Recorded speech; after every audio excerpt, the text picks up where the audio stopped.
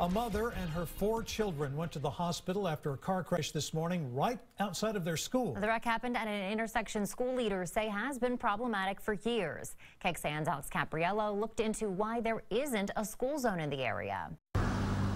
Location, location, location.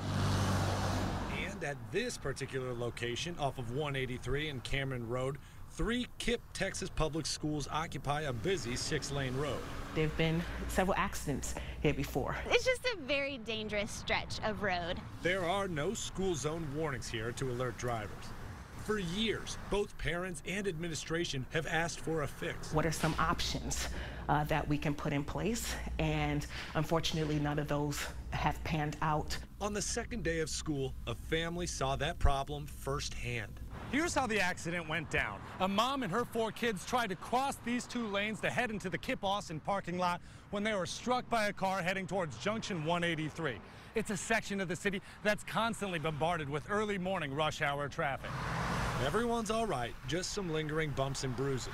But parents are worried this will happen again. A city spokesperson told me the issue is that there just aren't enough kids walking to class to justify a school zone.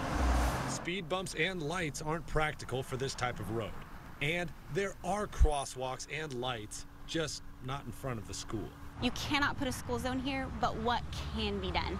School admins say despite being turned down in the past, they're going to try again to see if they can spark change.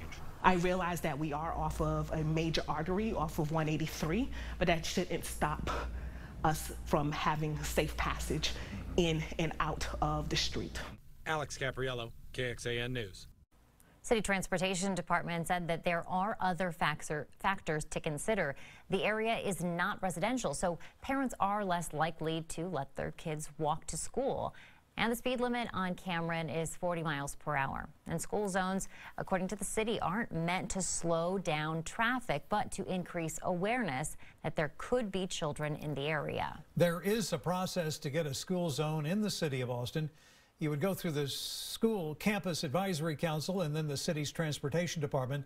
They would need to do an engineering and traffic study to decide on recommendations. It's a very similar process if you need to go through TxDOT. You'll want to know which jurisdiction the proposed school zone is in to move forward with the process.